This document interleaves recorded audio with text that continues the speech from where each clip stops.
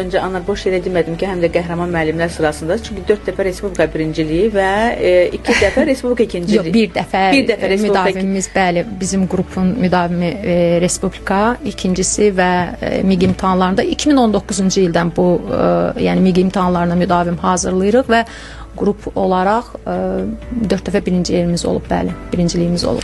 Misal üçün, onlar birinci yer tutublar. Nə ilə fərqləniblər ki, Respublika üzrə 4 nəticə olub birinci yer?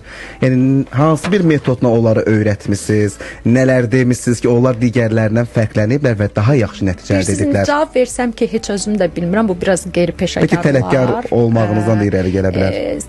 Məncə, tələbkar deyəndə ki, bunların əksəriyyəti bizdən onlayn hazırlaşanlarda onu da qeyd edin. Yəni, burada məncə onlarda məsuliyyət hissini yaratmaq, bütün işlərdə məsuliyyət hissi önəmlidir və mən öz işimə əgər məsuliyyət deyəmsə, məsuliyyət tələb etməklə də olmur. Sadəcə, belə deyək də, duyğusal olaraq onlara onu yükləməyə çalışıram ki, mən məsuliyyət deyəmsə, xəstəliyə, nə bilim, başqa bir işlərə falan baxmadan, mən sənin qarşıma gəlirəmsə, dərsə hazır, sən də o formada gəlməlisən və bu insanlarda bu dəqiqə, yəni bu əsas problemi, amma da psixoloji nəsə problemlər yaşayır hər kəs. Özümü hazır bilmirəm bugün.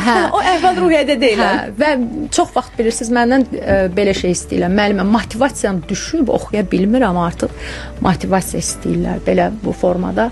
Təkrar deyirəm, yəni indi burada belə bunu danışmaq bəlkə də düzgün deyil, amma hər yönlü işləyirəm. Onlar buraxmasın deyə yolu mən hər formada onların arxasında oluram, hər formada. Şəbnəm xanım, onu da biraz